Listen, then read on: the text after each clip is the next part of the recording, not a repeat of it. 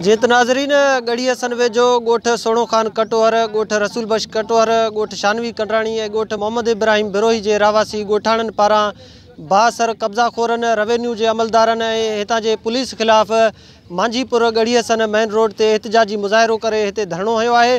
वधीक मुज़ाहिरीन सां ॻाल्हि ॿोल कंदासीं त उहे छा था ॿुधाइनि। मुंहिंजे अबनि ॾाॾनि ज़मीन वरितो, अॼु उन ज़मीन खे 50 साल गुज़री विया आहिनि। जेको आहे सो भत्तेखोर बहार कंडराणी पंहिंजे साथियुनि सां गॾु अची असांजे ज़मीन ते कब्ज़ो करे थो। अमीर बख्श बिरोही जे वसीले असां आला अमलदारनि खे गुज़ारिश कयूं था, कुरट सगोरी खे गुज़ारिश कयूं था त अची उहे नोटिस वठनि। जेकॾहिं नोटिस न वरितऊं त हिते खूनारेज़ी थींदो, 100 सवा खून थींदो। हिते असां पुरज़ोर अपील कयूं था कुरट सगोरी खे, DC खे, AC खे, मुख़्तियार कार खे त जल्द इन मामले जो नोटिस वठी असांखे तहफ़ुज़ फ़राहम कयो वञे। ज़मीन 1978 में जेको आहे जान मोहम्मद ऐं ख़ान मोहम्मद बिरोही खां ख़रीद कयो। हाणे जेको आहे 44 साल गुज़रण खां पोइ ठुल जो जेको नामी ग्रामी भत्ताखोर आहे बहार कंडराणी, उहो जेको आहे SHO अली मोहम्मद उडो खे जेको आहे गड़े रुश्वत ॾेई करे असांजे ख़िलाफ़ कूड़ा केस दाख़िल कराए असांखे हिरासां कराए चए थो पियो त हीअ ज़मीन मुंहिंजो आहे। बाबा हीअ ज़मीन तुंहिंजो कीअं आहे? हिन ज़मीन खे 44 साल थी विया आहिनि। असांजा वॾनि जा हिते क़ब्रिस्तान आहिनि, असांजा मस्जिद आहिनि, असांजा हिते क़दीमी ॻोठ आहिनि। तो हीअ ज़मीन कीअं ख़रीद कयो आहे? चई मूंखे तव्हां 50 लख ॾियो। जेके 50 लख न ॾींदो त ॿी सूरत में हितां पंहिंजा टपड़ खणो, या मां तव्हांखे कूड़ा केस कराए तव्हांखे दाख़िल कराए तव्हांखे हिते मजबूर करे हिते लड़पड़ण करण ते असांखे मजबूर करे थो पियो। असां जेको आहे ACP जेकाबाद खे इहो गुज़ारिश था कयूं त हे जेको SHO गढ़ी असन भत्ताखोर आहे जेको 12 लख रुपया बहार कंडराणी खां वठी करे असांजो हिते क़ौमी झेड़ो करणु चाहे थो, बिराए महिरबानी जो नोटिस वरितो वञे, उनखे बिना देर हटायो वञे।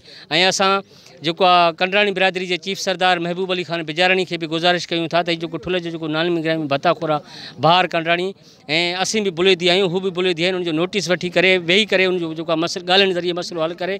ॿी सूरत में खूनारेज़ी थी सघे थो, जंहिंमें सिर्फ़ु हिकिड़ो खून न थींदो, घणा ई खून थींदा, जंहिंजो ज़िम्मेवार बहार कंडराणी हूंदो। आला ऑफिसर जेके आहिनि इन शइ जो नोटिस वरितो वञे।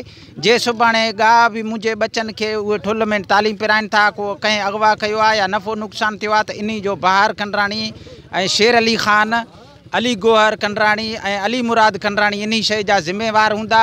ऐं बहार कंडराणी खूना कराइणु चाहे थो। असां पुरज़ोर अपील कयूं था सरदार शबीर अली बिजाराणी साहब खे त तव्हां सरदार आहियो, क़ौम बुलेदी जा सरदार आहियो। असां रेहान ख़ान बुलेदी खे बि पुरज़ोर अपील कयूं था त इन मसइले जो नोटिस वठी असांखे खूननि खां बचायो वञे ऐं असांजे बचनि खे ऐं असांखे तहफ़ुज़ फ़राहम कयो वञे। हीअ SHO ही सभु करपट ऑफिसरनि बहार कंडराणी SHO अली मोहम्मद उडे खे 12 लख रुपया ॾेई करे असांजे ख़िलाफ़ जेको आहे बयाना कराए थो। ख़ुदा जे वास्ते SP साहब इन शइ जो नोटिस वठि, न त असां पाण खे साड़ींदासीं रोडनि ते ऐं तुंहिंजे ऑफिस जे अॻे बचनि समेत असां पाण खे बाहि ॾींदासीं। भत्ताखोर बहार कंडराणी अमीर बख्श बिरोही असांजा खाता उहे जेको आहे कैंसल कराए, पैसा ॾेई ऑफिसरनि खे कैंसल कराए कूड़ा खाता ठाराए चवनि था त ज़मीन असांजो आहे। 1978 खां वठी स्टामा असां वटि आहिनि, खाता असां वटि आहिनि। भत्ताखोर जेको आहे SHO अली मोहम्मद उडो 12 लख रुपयो वठी उन्हनि बि असांजे ज़मीन जे ख़िलाफ़ रिपोर्ट ॾिनूं त अमीर बख्श बिरोही जो हिते ज़मीन बि आहे, ॿियनि बिरोहनि जो ज़मीन संभाले थो। पहिरियों असांखे रिपोर्ट ॾिनई जंहिंजो को बि हिते हक़ु कोन्हे, उन्हनि खां पैसा वठी अली मोहम्मद उडे वरी ग़लति रिपोर्ट ॾिनूं। असां इहो SP साहब खे चऊं था बराए महिरबानी करे इन जो नोटिस वठे, इन्वेस्टिगेशन कराए। अगरि अमीर बख्श बिरोही जो हिते हिकिड़ो फुट लभी वञे ज़मीन जो बि असां ॾंड भरे ॾियण जे लाइ तयारु आहियूं। नाजाइज़ ग़लति रिपोर्टां अली मोहम्मद उडो कढी करे असांखे जेको आहे विढ़ाए थो। असां कंडराणी बिरादरी जे सरदार चीफ सरदार शबीर अली ख़ान खे अर्ज़ु कयूंसि था बराए महिरबानी करे इन भत्ताखोर जो नोटिस वठे बहार कंडराणी जो। जेकॾहिं को बि झेड़ो थियो सिर्फ़ु बहार कंडराणी में मुलविस न हूंदो, पूरो कंडराणी बिरादरी जेके बहार जा वॾा मोज़िज़ आहिनि असां उन्हनि खे बि अपील कयूं था पंहिंजे भत्ताखोर खे रोकियो। अगरि न रोकियो अथव त इहो भंड ज़रदारी वारो तकरार थींदो, पोइ हिकु खून न थींदा, इन्हनि में सवे खून बि थी सघनि था, 10 खून बि थी सघनि था। हिकिड़ो फुट बि असां ज़मीन जो बहार कंडराणी खे न ॾींदासीं, न कि इन जी भत्ताखोरी खे ॾींदासीं। जो चए थो 50 लख मूंखे ॾियो त मां तव्हांजो ज़मीन छॾे ॾियां, असां हिकिड़ो रुपयो बि कंहिंखे ॾियण जे लाइ तयारु न आहियूं। असां इंसाफ़ ते इन्वेस्टिगेशन करे SP साहब, DC साहब, शीशन जज असांजो सभिनी खे अपील आहे बराए महिरबानी करे इन शइ जो नोटिस वठी इन्वेस्टिगेशन कयो वञे। अमीरू अची करे बहार सां गॾिजी 40-50 लख भी घुरी वियो असांखो, पर असां मिसकिन लुड़ी विया आहियूं। असां वटि हिकिड़ो टको पैसो कोन्हे जेको पेट असां पंहिंजो पालियूं। असां हिन वक़्तु तरूं था।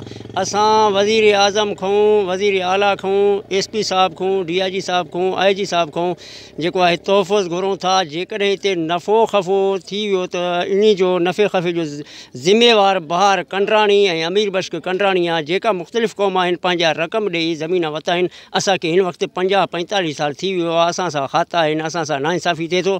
असांजो को ॿुधण वारो आहे ई कोन। आख़िर असांजो ॿुधे केरु? असांजो अर्ज़ु आहे असांजे सिंध हुकूमत खे त असां सां अदालत कयो वञे। जी बिल्कुलु नाज़रीन, ताईं एहतजाज कंदड़ ॻोठाणनि जूं ॻाल्हियूं ॿुधियूं। हिननि जो चवणु आहे त हितां जो बासर भताखोर आहे जेको भताखोरी करे रहियो आहे, हिननि जे ज़मीननि ते कब्ज़ा करे रहियो आहे ऐं उन सां गॾोगॾु जेके रेवेन्यू जा अमलदार आहिनि उहे बि उन सां बिट बणियल आहिनि ऐं पुलिस बि जेके आहे त रुश्वत एवज़ उन्हनि जी वांगार वेही रही आहे। ऐं हिननि ॻोठाणनि जो इहो बि चवणु आहे त गुज़िरियल 40 खां 50 सालनि ताईं जेको आहे त हितां खां आबाद आहियूं ऐं क़दीमी ॻोठ आहिनि ऐं ज़मीननि जा जेके आहे क़दीमी वारिस आहियूं। ज़मीननि जा जेके आहे त खाता बि हिननि वटि मौजूदु आहिनि, पर जेके आहे त हू ज़ोर ज़बरदस्ती जेके आहे त हिननि जे ज़मीननि ते कब्ज़े जी कोशिशि करे रहिया आहिनि।